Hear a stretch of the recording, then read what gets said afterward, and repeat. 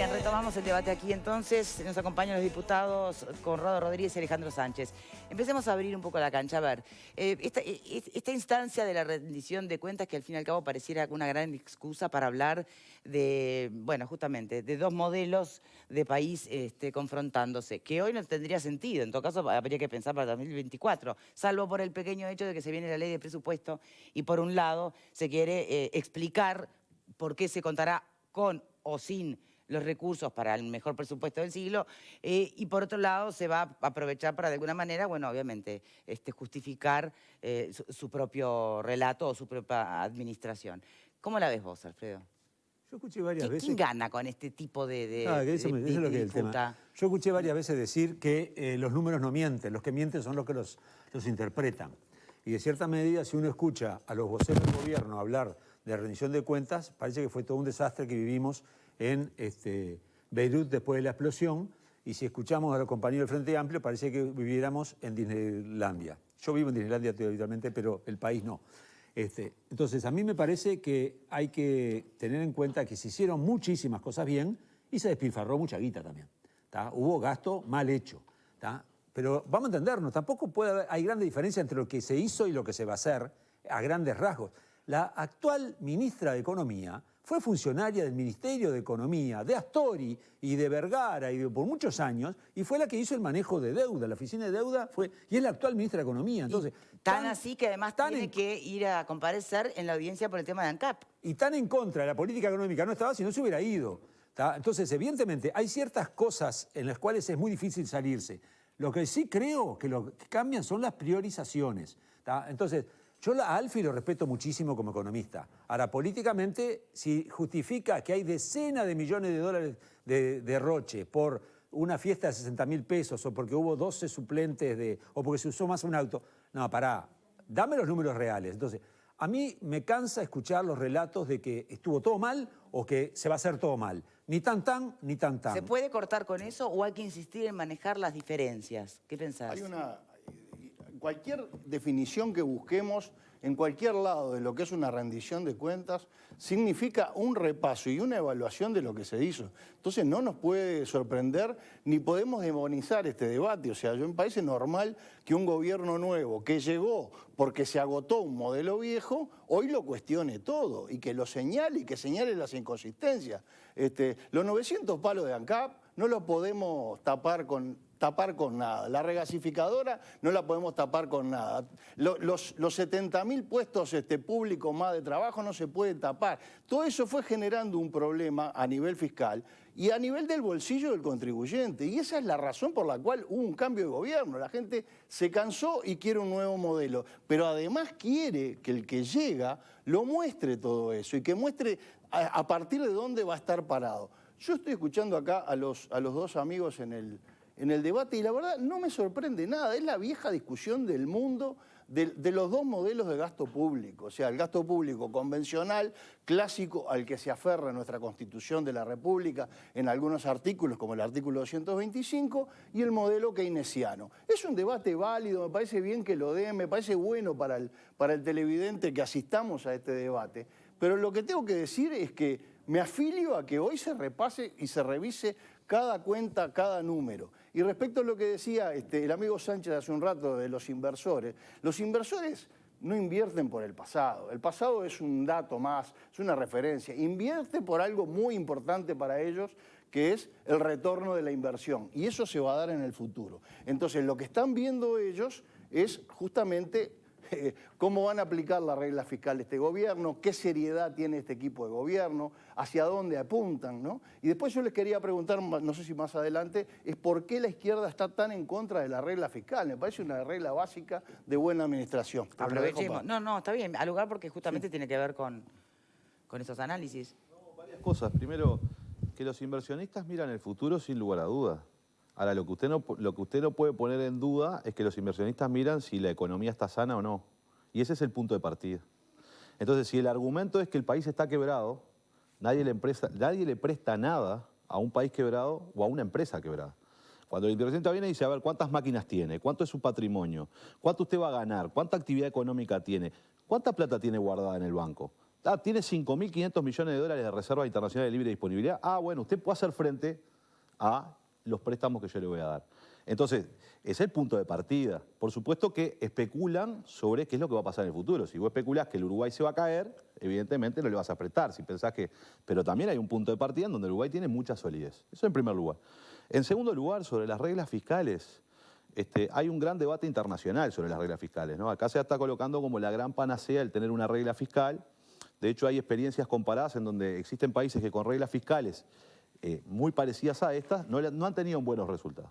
Acá la principal regla fiscal que hay que tener es tratar de equilibrar las capacidades que tiene una economía de pagar sus cuentas con los gastos que necesita. Esa es la principal regla fiscal. Yo estoy de acuerdo con una regla fiscal, que esa regla fiscal implique no un corset para que la política económica pueda actuar de manera anticíclica en los momentos en que tiene que actuarlo, como lo están diciendo hoy todos los organismos internacionales, libere, como lo ha dicho la ministra de Economía, que dijo, este año el déficit no es un tema. ¿Por qué? Porque tenemos una situación donde hay que gastar. Somos los más bajos de la tabla de América Latina, no importa. Entonces, desde mi punto de vista, eso, no tengo ningún problema con que eso se apruebe. Como se planteó en la LUC, la regla fiscal, que es una regla fiscal rígida de aplicación flexible, a nosotros, y lo hemos fundamentado así cuando discutimos la LUC, en realidad me parece que es una regla fiscal rígida, de aplicación flexible. ¿Qué quiere decir? No, vamos a las cosas como son. Veamos en el presupuesto a ver qué es lo que nos plantean. En el presupuesto se va a plantear la regla fiscal. Pero el Frente Amplio en los últimos años lo que ha hecho es aplicar una especie de regla fiscal, eso era lo que decía el equipo económico anterior, que es el tope de endeudamiento. Todos los años, o casi todos los años, se venía aprobando, digamos, determinado tope de endeudamiento y sobre ese tope no se podía sobrepasar. El tema es que hubo años en los cuales se sobrepasó y no tuvo ningún tipo de sanción. O sea que esa regla... Pero esa regla, en definitiva, no sirvió para nada porque justamente se sobrepasó esos topes. Inclusive hubo un año... Votó el Parlamento, ¿no? Hubo un año, sí, votó el Parlamento con mayoría del Frente que tuvo que aprobar con efecto retroactivo de por qué se había aumentado el tope de endeudamiento cuando en verdad no había podido. ¿Cuál es la sanción de la regla fiscal de la ley? Pero, a ver, no hay sanción tampoco. La regla fiscal todavía no está establecida, tú lo dijiste muy bien, en el presupuesto nacional se va a establecer. Lo que se estableció en la ley de urgente consideración son los grandes trazos. O sea, una regla fiscal lo que implica es que en momentos de bonanza económica se pueda ahorrar para que en los momentos de vacas flacas, bueno, ahí se pueda invertir y se pueda desplegar un montón de políticas públicas que pueda permitir de que la economía se dinamice.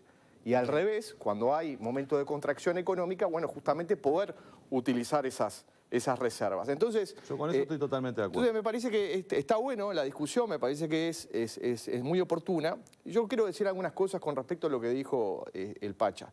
Porque, a ver, él habla de fondos de disponibilidad o de libre disponibilidad, que son 5.000 millones de dólares, de que este gobierno recibió en la caja 5.000 millones de dólares. Esto no es así. ¿Cómo que no? Esto no es así. A ver, primero que no son fondos de libre disponibilidad del Ministerio de Economía y Finanzas. No es caja del Ministerio de Economía y Finanzas.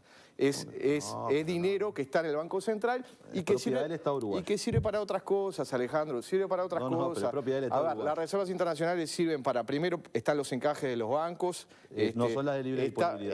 Está lo que tiene que ver con el respaldo que hace el Banco Central de la deuda emitida, en dólares. Pero eso es, me permitís una cosita. Y de la deuda emitida en pesos. Entonces, si nosotros tocamos... No, déjame terminar con esto. Dale, vos terminás, si tú tocas los 5.000 millones de dólares a los que tú haces referencia, lo que vas a lograr es que se termine cayendo una cantidad de ítems de la economía que pueden provocar, por ejemplo, hasta corridas. Por ejemplo, ¿sí? Es así, en economía es así. ¿Por qué el ministro Astori no utilizó los 5.000 o 6.000 millones de dólares que tenía hasta el año pasado de libre disponibilidad del Banco Central? ¿Por qué no los utilizó para justamente abatir el déficit? No se pueden usar para eso. Eso sería una herejía. Pero entonces lo que estoy diciendo es que no se pueden utilizar. Le estás cerrando. No, porque tú decís que están en la caja y no están en la caja. El Uruguay tiene 15.000 millones de dólares de reservas internacionales, de las cuales, ahí están los encajes del sistema financiero. Cada vez que un banco presta plata, tiene que depositar plata en el Banco Central de respaldo. Sí. Esos son los 15.000 millones. Si tú le restas los encajes bancarios, ¿tá? Y le restas el resto de los respaldos que hay de depósito, el Uruguay tiene, el Banco Central, que pertenece al Estado uruguayo por lo menos hasta ahora, tiene 5.300 millones de dólares de reservas, que son dólares de libre disponibilidad. Yo en ningún momento en mi intervención dije que eso hay que usarlo para matar Eso está para respaldar otra cosa. Eso está para respaldar los préstamos que te dan. Entonces, Está en momento de emergencia de la economía, o sea, está para respaldar para otra cosa. Te escuché, pero te lo quiero decir, porque si no, es falso Pero tú decir... lo estás diciendo como que están en caja y que se están en la pueden ser caja. utilizados. Para ser utilizados en la ¿en qué, por bóveda. ejemplo? Es más, ¿Y por si qué querés no te voy los a hacer- utilizó te voy a el hacer- gobierno del Frente Amplio? Los utilizó el gobierno del No, Frente no los Amplio, por utilizó. supuesto, y te dejó 2.500 millones de dólares de créditos contingentes con organismos internacionales porque tenés 5.300 millones de dólares no en la caja, tenés razón. Y son el respaldo. En la bóveda del Banco Central. Son respaldo. Constantes y sonantes. Con una deuda externa. Son respaldo, son el respaldo de las obligaciones que tiene el Dejó una Uruguay deuda a nivel externa, internacional. dejó una deuda externa que la tomó con el 100%, porque la deuda externa representaba el 100% del PBI. Era de 14.000 millones de Sí, dólares sí, y pasó a Sí, 65.000. sí. Pero ¿sabés lo que pasa? El problema es que esos 14.000 no los podías pagar nunca porque la economía uruguaya de aquel entonces representaba el 100%. Entonces, lo que tú miras... Yo te voy a poner otro ejemplo. Te voy a poner un ejemplo para que la gente entienda. Yo tengo un crédito hipotecario, no importa de cuánto, porque compré una vivienda. Si tú miras esa deuda que tiene Alejandro Sánchez, ¿verdad? Es la deuda que hacemos referencia. Es muy abultada.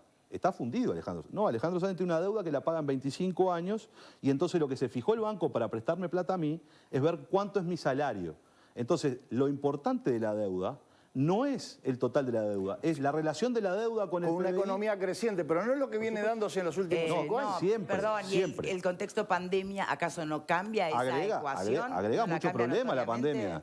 Agrega muchísimos problemas y los organismos internacionales están diciendo gasten, porque si no ustedes no invierten, la caída va a ser mayor y levantar una economía de muy abajo va a ser más difícil. Pero esos Se consejos va a invertir tienen que ser con la ley de tomados presupuesto. para América Latina en general o ante la realidad de cada país. No es lo mismo lo que le puede decir a Argentina que lo que le puede decir a Uruguay. Pero sin lugar a A ver, dudas. ¿alguien más? Bueno, lo primero principal que a mí me parece que todo esto... Bueno, segundo, que nadie cree, es imposible de creer que alguien sugiera a propósito de la rendición de cuentas que todo lo que se gastó estuvo bien gastado.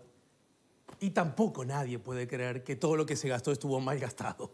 Esa me parece que es una obviedad, pero que como se dice poco, hay que refrendarla. A mí me parece interesante, naturalmente, la rendición de cuentas, insistir sobre el pasado, pero a mí me parece muy importante lo que se viene, porque lo que se viene implica para la República y para los ciudadanos un desafío muy grande, porque hay dificultades económicas subrayadas. Pero nada de esto desde mi perspectiva tiene sentido, nada de esto desde mi perspectiva tiene ningún sentido si no traducimos todo esto a la vida de las personas y en particular a la vida de los más frágiles, los más débiles, los que tienen menos chances, los que tienen menos espalda, los que tienen menos respaldo. Si nos concentramos en hacer política para la economía, corremos riesgo de dejar afuera a la gente. Yo soy más bien partidario de hacer economía para la política, ¿no? Es decir, que la economía esté al servicio de la política y no al revés.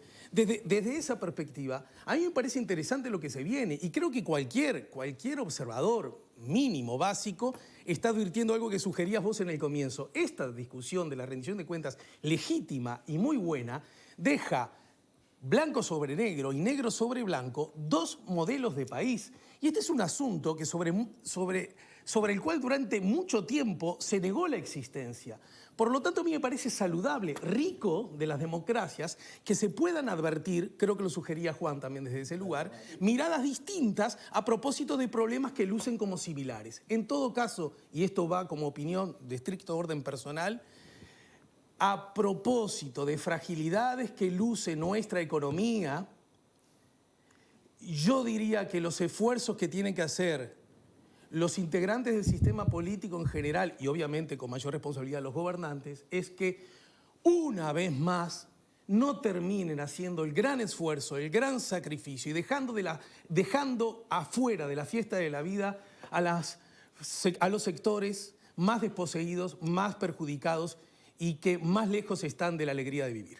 Virginia. Bueno, yo creo que por un lado el Frente Amplio evidentemente en sus exposiciones defiende de alguna manera su gestión, porque esto da cuenta de los números de su gestión, de cómo fue su gestión, y por otro lado evidentemente el gobierno está queriendo mostrar datos, cuestionando y ejerciendo esa forma de control, digamos, ahora que bueno, tuvo la rendición de cuentas y también de alguna manera explicando el cambio que ya se está diciendo expresamente, porque yo escuchaba ayer a Susana Rueleche diciendo que va a haber un cambio en la política económica, ¿no? Y eso es bien claro y es bien transparente también. Yo creo que es cierto, hubo gastos que estuvieron bien hechos, evidentemente, pero también hubo gastos que estuvieron mal hechos. Y hay que reconocer las dos cosas, ¿no? Pero también creo que hay que reconocer, dentro de los mal hechos, por ejemplo, Alfredo decía que ayer escuchaba a Alfi y que le parecía un disparate más o menos las declaraciones que él hacía, pero a mí me parece que... Bueno, él ejemplificaba, por ejemplo, dentro de la Oficina de Planeamiento y Presupuesto, eso que refería Alfredo, ¿no? Que en el año 2019 se hicieron 2 fiestas que gastaron 600.000 pesos entre las 2 fiestas, entre otros gastos de ese estilo que explicó. Entonces a mí me parece que está bien que eso se explique, porque son ese tipo de gastos los gastos que se van a querer eliminar, porque son ese tipo de gastos los gastos que se les llama derroche, ¿no? Y no otros gastos. Me parece que esto también tiene que ser claro porque muchas veces si no se empieza a hablar también de que acá se van a recortar políticas sociales y demás. Y al contrario, me parece que la economía tiene que apoyar, o sea, tiene que haber un respaldo económico para poder después sostener políticas sociales, mejorar políticas sociales y más en el contexto que estamos viviendo actualmente de pandemia, ¿no? Bien, pero y eso toda mismo la que tú crisis estás que se nos viene. planteando tiene distintas lecturas. Comparte, por ejemplo, Conrado Rodríguez lo que tú estás planteando, pero Sánchez visualiza recortes. No. A ver, yo creo que una cosa muy importante. Sí. El gasto siempre se puede ser mejor. Y si a mí me dicen que se gastó 600.000 pesos, como tú decís, en una fiesta, para mí estuvo mal. Claro. Y hay que recortar. Ahora, ¿cuál es el problema? Porque ella está diciendo otra cosa. No se va a recortar otras cosas. Bueno, veamos el presupuesto, porque acá se está hablando todo sobre supuestos. No se va a recortar porque esa es la prioridad que tiene el Fantástico. gobierno. Ya se recortó con el decreto, pero lo ha dicho el presidente de la República, lo ha dicho la ministra. Ahora yo te doy. Se empezó recortando el 15% del ejecutado a todos los ministerios, salvo el Ministerio de Defensa Nacional. Salvo ese, porque hubo un pataleo. Y ahora viene el presupuesto y veremos entonces... Porque yo creo que el gran tema del gobierno, y lo planteo con sinceridad, el gobierno parece que sigue siendo oposición, el gobierno se tiene que hacer cargo de los actos de gobierno. Entonces, el gobierno dice que va a manejar bien la economía, el gobierno dice que va a reducir el déficit y que eso no va a significar más pobreza ni más desempleo. Bien, yo no tengo por qué no creerle.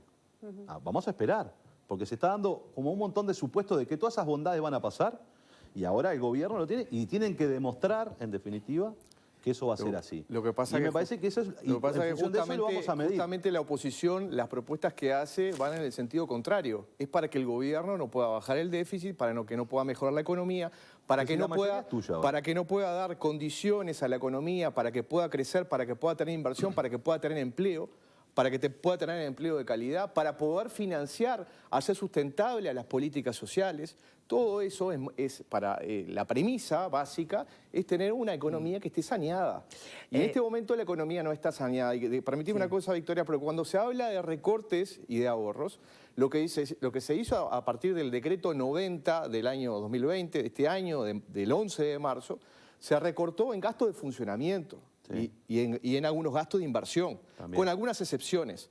Y luego se le exhortó a otros organismos la posibilidad de que también fueran a un ahorro en los gastos de funcionamiento. Pero se ahorró y se recortó en gastos de funcionamiento, no de salarios. No de salarios, hay que dejarlo eso bien en claro, porque parece que determinada prédica estaría estableciendo de que aquí queremos de que la gente no tenga un ingreso, de que no pueda gastar, de que no pueda dinamizar la economía. Bueno, estamos hablando de gastos de funcionamiento. Sí, pero yo lo que estoy diciendo, a ver, el ministro de Trabajo de este gobierno dijo, la pauta salarial es de pérdida de salario. Acá y en el mundo, ¿no será? No sé, pero yo lo que estoy diciendo es lo que está pasando. Los contextos importan siempre. No lo estoy calificando, yo lo que estoy diciendo es... Fue un arreglo también con el de crecimiento del salario real, y lo habrá acordado el PIT-CNT, está bárbaro, está precioso. Yo lo que estoy diciendo, y no estoy mintiendo. Bueno, pero estamos hablando de que va a decrecer la economía este año. Ahora la pauta salarial implica una reducción del salario que también va a afectar las jubilaciones, porque las jubilaciones se ajustan por el índice medio de salario. Así que si cae el salario real, caen las jubilaciones. ¿Bien? Y esa pauta no reconoce que haya salario sumergido. A mí me puedes decir, a un salario de un legislador de 180.000 pesos, están los convenios ¿le querés recortar el salario? Vamos arriba. Nosotros quisimos votar la reducción del salario de los cargos políticos por los 5 años, cuando se planteó para financiar el fondo coronavirus, dijimos, hagámoslo por 5 años, no hay problema, hagámoslo permanente. Otra cosa es que me digan que van a bajar el salario de las personas que ganan 20.000 pesos. Eso fue lo que anunció el ministro. Y yo cuando digo del recorte no dije lo de salario. De eso no se habló de bajar salario. Sí. No, Y esa es la pauta. Es la cláusula de ajuste de cómo se van a ajustar los salarios de cara al Y bueno, futuro. y entonces, A ver, van a descontar la caída del PBI. tenemos consejo de salario, tenemos convenios colectivos, hay negociación tripartita, eso Pero a ver, sigue por favor, lo dijo el totalmente ministro. funcionando. A ver, La pero pauta es de pérdida del salario real. No lo está diciendo el Pacha Sánchez, lo dijo Partimos el de la ministro. base de una De a economía... uno, señores. Es cierto, se dijo, pero Partimos hay de un una base. contexto, Claro, partimos de una base de una plantearlo. economía que este año Pero hay no un va a contexto crecer, terrible, que no por va a supuesto que hay crecer, un contexto como no va a terrible. crecer ninguna economía latinoamericana, ni casi ninguna economía mundial. Ahora porque sí vale el contexto regional, pero para la siempre rendición de vale. cuentas no trajeron nada. del Siempre contexto vale, regional. siempre vale. Pero Sí, ¿cuántos contexto datos hay en la siempre vale. rendición Lo de que pasa es cuentas? que parece que el Frente Amplio, por ejemplo, los Acá, 15 mirá. años de crecimiento económico hubieran sido por una No, política no, del Frente hubo Amplio. todo. Y En no este- fue por los precios de los commodities a nivel Mirá, internacional. en esta rendición de cuentas no hay un fue solo porque dato del China contexto ingresó al internacional. mercado mundial. Pero no tiene nada que ver eso. ¿Y cómo que no? Pero ahora Un me trae el contexto internacional. Con la descripción del contexto que hacía el Frente Amplio, la ley de presupuesto, las rendiciones de cuentas que nos traían el libro del informe económico financiero, incertidumbre en China, la guerra comercial entre China y Estados Unidos, incertidumbre en la región. Con ese contexto lo que hicieron fue gastar más, incrementar el gasto, no ahorrar, no hacer ajustes que permitieran que la economía pudiera responder. Y por eso estamos donde estamos. Estamos por esa contextualización, porque se hizo contextualización y en definitiva lo que hizo el Frente Amplio fue gastar más. Entonces, no digamos cosas que no son. Ahí hay contexto internacional. El contexto internacional no Señores, está acá. tenemos que ir Se redondeando, conoce. señores. No, Me no hay. gustaría una reflexión para los La televidentes. diferencia es el estilo. Para- La diferencia es el estilo. Diputados, No. tengo que despedirlos y me gustaría Está muy una bien. reflexión final de cada reflexión uno final. para la gente que está mirando, que por varios mensajes que me llegaron, aquello de bajar a tierra la discusión o el debate, ¿no? Y traducirlo en lo que va a ser o cómo lo va a sentir o experimentar la gente, quedó pendiente. Pero bueno, tal vez en esta reflexión final puedan aprovecharlo. Fue parte de lo que estuvimos discutiendo. Yo soy un legislador hoy de la oposición que está diciendo que en un informe de rendición de cuentas sobre lo que hizo mi gobierno no se trae un solo dato de lo que pasó en la región. Y para explicar los problemas que vamos a tener en el futuro, se recurre a la región. La región y el mundo afectan al Uruguay. Y también afectan las decisiones que tomamos adentro del Uruguay, en favor o en contra. El gobierno del Frente Amplio no fue perfecto. El gobierno del Frente Amplio generó que un montón de jubilados salieran de la pobreza, que un montón de familias salieran de la pobreza, que se crearan 300.000 puestos de trabajo y se perdieran el último año 10.000, lo cual nos duele a todos. Y lo que debemos intentar hacia el futuro es tratar de que los problemas de desajuste de nuestra economía se lleven adelante, de tal manera de que no aumente el desempleo, que no aumente la pobreza y que, como bien se decía acá, la gente que sufre no sufra más. Bien. Y este legislador de la oposición está dispuesto a acompañar a este gobierno o a cualquier bancada en cualquiera de esas decisiones. Muy bien. Y en las otras me tendrán enfrente criticándolo. Ejerciendo oposición. Bien, Rodríguez. Bueno, lo que dijimos hace un rato. Es fundamental sanear la economía, ordenar la casa. La casa estaba en desorden, hay que ordenar la casa. Tenemos prioridades que tienen que ver con la educación, con la vivienda. Lo ha dicho el equipo económico, lo ha dicho el presidente de la República, lo ha dicho el Partido Colorado, nuestro partido. O sea, esas prioridades van a estar en el presupuesto nacional. Vamos a enfocar las políticas sociales para que sean verdaderamente integradoras, no como han sido en los últimos años, que se ha gastado, sí, se ha gastado y se ha gastado muchísimo, pero no ha dado el resultado esperado. No ha dado el resultado esperado en lo que tiene que ver con la educación, se ha gastado muchísimo y no ha dado ese resultado. No ha dado resultado en lo que tiene que ver con la integración de las personas en lo que reciben, por ejemplo, asistencia social por parte del MIDES. No han sacado a la gente de la pobreza.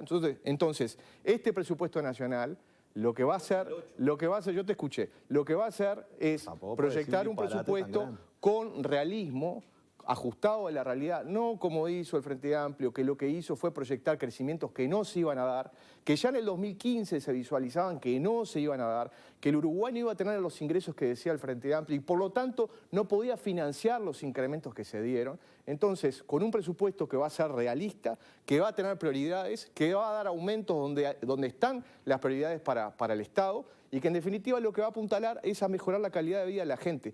Porque se perdieron 56.000 empleos en los últimos 5 años. Y esto tiene que ser una preocupación central de todo el sistema político. Poder recuperar esos 55.000, 56.000 empleos que se perdieron, esos 56.000 empleos que se perdieron, hay que recuperarlos y hay que en definitiva darle un ingreso, un buen ingreso a la gente para que pueda vivir dignamente. Entonces, esa es la apuesta que va a hacer la coalición de gobierno y por supuesto vamos a hacer desde el Partido Colorado y de Ballistas. Bien. No parece ser lo que está pasando en el país. Hoy en día, si llegara a haber una marcha atrás en lo que puede llegar a ser la evolución de la pandemia, lo que va a traer su consecuente marcha atrás también en la actividad económica que se fue reactivando. El gobierno, tengo entendido, no descartó a rajatabla la posibilidad de la tan reclamada suerte de renta, al menos temporaria, para las personas más afectadas. Porque ese fue un poquito... No sé a cuánto había ascendido, cuánto era, en cuántos millones se traducía esa renta. 240 millones de dólares tenía un costo. 240 millones de dólares tenía de costo una renta básica por 4 meses para las personas que están por abajo del ingreso. No lo digo ligeramente, es lo que vale. Son más de lo que vale. Yo tengo otro número, son más de 400 millones de dólares. En la mitad de la caja no militar. está descartado, eventualmente. En la mitad de la caja militar y es el 10% de los gobierno créditos viene contingentes del país. monitoreando todas las perillas, como dice el presidente de la República, viene monitoreando todas las Le perillas faltó la de la y vamos a aplicar los recursos que se tengan que aplicar para poder ayudar a la gente para que pueda vivir dignamente. Bien. Viste que hay una Perillas, hay una tengo encuesta que de la cambiar Cámara de de tema, Comercio que perdón. dice que las medidas del gobierno A son los invitados insuficientes. les doy muchísimas gracias realmente por haber venido. Muchas gracias. Muy interesante el debate, muy interesante. Un placer. Muy buena relación, más allá de la oposición de ideas. Sí, no vamos a festejar las buenas relaciones, es lo que hay que ver, es como tiene que ser, ¿no? Gente debatiendo ideas, punto.